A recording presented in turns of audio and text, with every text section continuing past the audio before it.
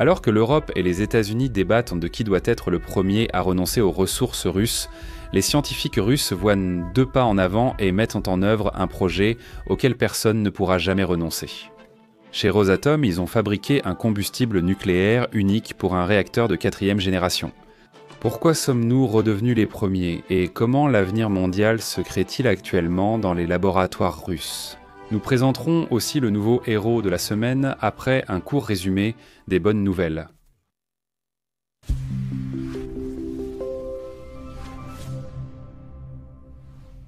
De nouveaux lots de missiles antiaériens Pantsir SMD et des véhicules de combat Pantsir S ont été livrés aux troupes. Au chantier naval Vimpel, le bateau lance-missile Strelok du projet 12418 a été mis à l'eau et dans la région de Nijni Novgorod, un cargo du projet RSD 59 a été lancé.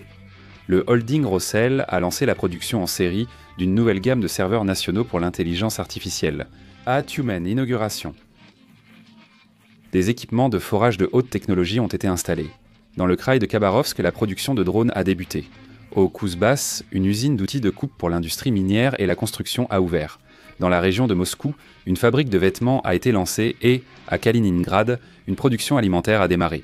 L'équipe de l'université d'État maritime Nevelskoye a remporté la médaille d'argent lors des compétitions internationales de robotique sous-marine en Chine.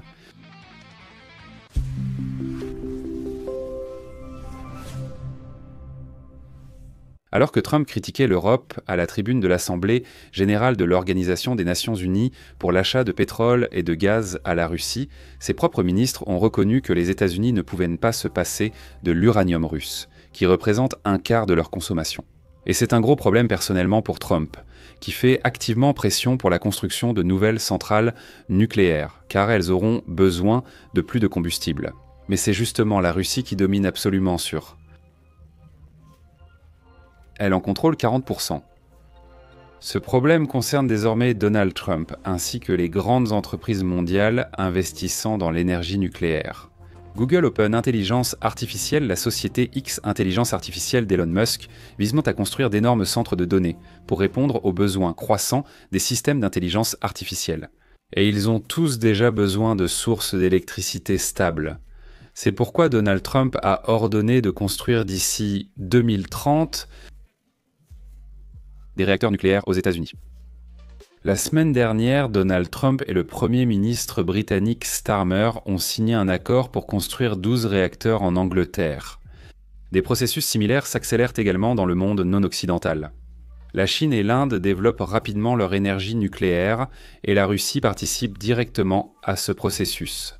La Russie construit de nouvelles centrales nucléaires sur le territoire de ses voisins proches, le Kazakhstan et l'Ouzbékistan, ainsi que dans d'autres pays. De grands projets, les présidents ont reçu pour mission de construire 38 réacteurs nucléaires en Russie, c'est-à-dire plus que doubler le parc actuel de centrales nucléaires.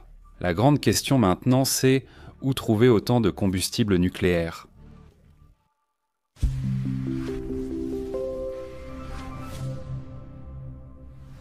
Selon les nouvelles données de l'Association nucléaire mondiale, d'ici 2030, la demande mondiale d'uranium pour les réacteurs nucléaires augmentera d'1/3 et atteindra 86 000 tonnes. D'ici 2040, ce chiffre atteindra 150 000 tonnes. Dans le même temps, la production des mines en activité sera réduite de moitié en raison de l'épuisement des réserves. La création de nouveaux gisements d'uranium nécessite des investissements importants en temps et en argent, et il peut s'écouler jusqu'à 20 ans avant le début de l'extraction.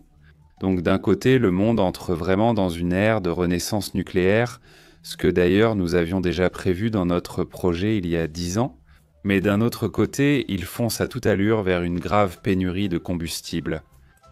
La situation semble être dans une impasse. Cependant, les Russes ont encore tout prévu et réfléchi 100 ans à l'avance. La principale faiblesse des réacteurs nucléaires existants est qu'ils n'utilisent efficacement qu'environ 1% de l'uranium. Les 99% restants sont envoyés pour un stockage temporaire ou éliminés comme déchets radioactifs. Environ 400 000 tonnes de combustible nucléaire usé se sont déjà accumulées sur la planète. Que se passera-t-il quand la nouvelle ère nucléaire sera pleinement lancée ? Nous épuiserons rapidement toutes les réserves d'uranium qui ne sont déjà pas très importantes et nous obtiendrons des montagnes de déchets dangereux. La solution au problème sera apportée par des réacteurs spéciaux à neutrons rapides. Ils permettent d'utiliser efficacement pour la production d'énergie les produits secondaires du cycle du combustible, de brûler les résidus qui étaient auparavant considérés comme non recyclables, et même de produire plus de combustible potentiel qu'ils n'en consomment eux-mêmes. L'idée n'est pas nouvelle, elle a été activement étudiée par les Américains, les Français et les Japonais au siècle dernier, mais ils ont abandonné les recherches, car la technologie leur semblait trop coûteuse et complexe. À l'époque, on pensait que l'uranium naturel disponible suffirait longtemps à l'humanité. C'est ce que tout le monde a décidé, sauf la Russie, qui a obstinément poursuivi ses recherches dans ce domaine, même pendant les périodes les plus difficiles. Voici ce que nous avons accompli.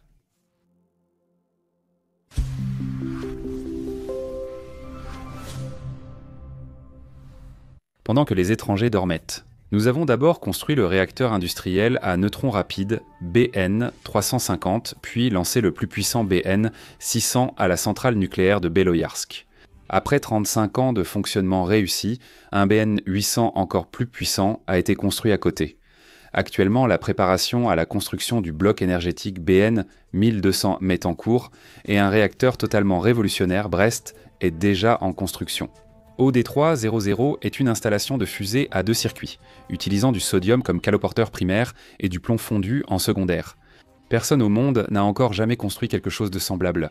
Tout cela représente un travail colossal qui permettra de créer un cycle nucléaire fermé.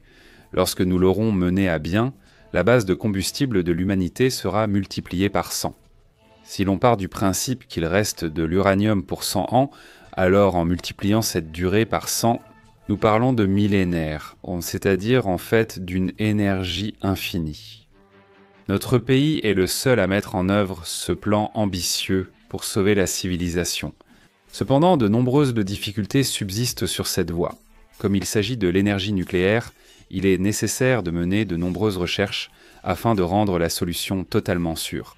Des milliers de tests, matériaux, alliages et combustibles nucléaires dans diverses combinaisons.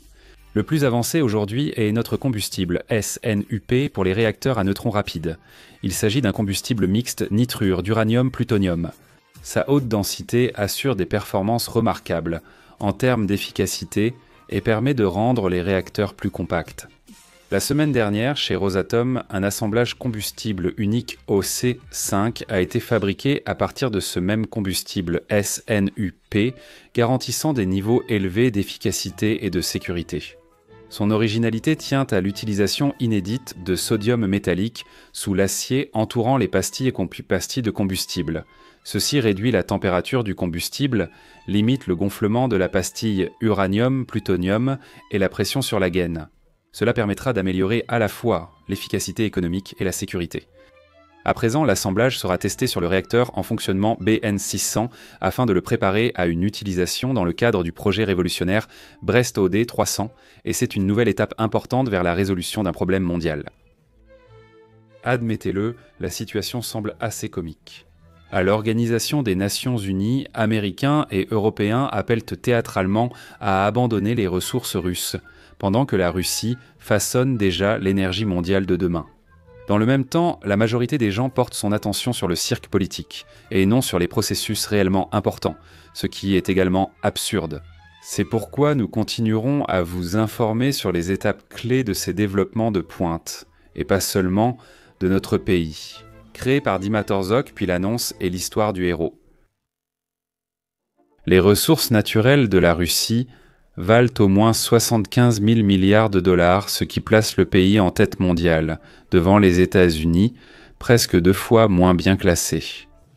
Les amateurs de distribution gratuite ont calculé que si l'on divisait cette richesse par chaque citoyen russe, cela ferait 513 000 dollars par personne. Cependant, ils n'ont pas pris en compte quelques nuances. Premièrement, toutes ces ressources doivent encore être extraites, et le coût d'extraction dépasse parfois même la valeur marchande des ressources extraites. Deuxièmement, une fois extraites, il faut encore les acheminer jusqu'aux acheteurs. Cela nécessite de nouveaux pipelines, chemins de fer, ports, transports et personnel. Troisièmement, une telle demande solvable n'existe pas dans le monde, donc pour tout vendre d'un coup, il faudrait fortement baisser les prix. Et puis, est-ce que les amateurs de gratuité pensent à ce qui se passera après que le pays aura tout vendu? En réalité, cette question est plus sérieuse qu'il n'y paraît.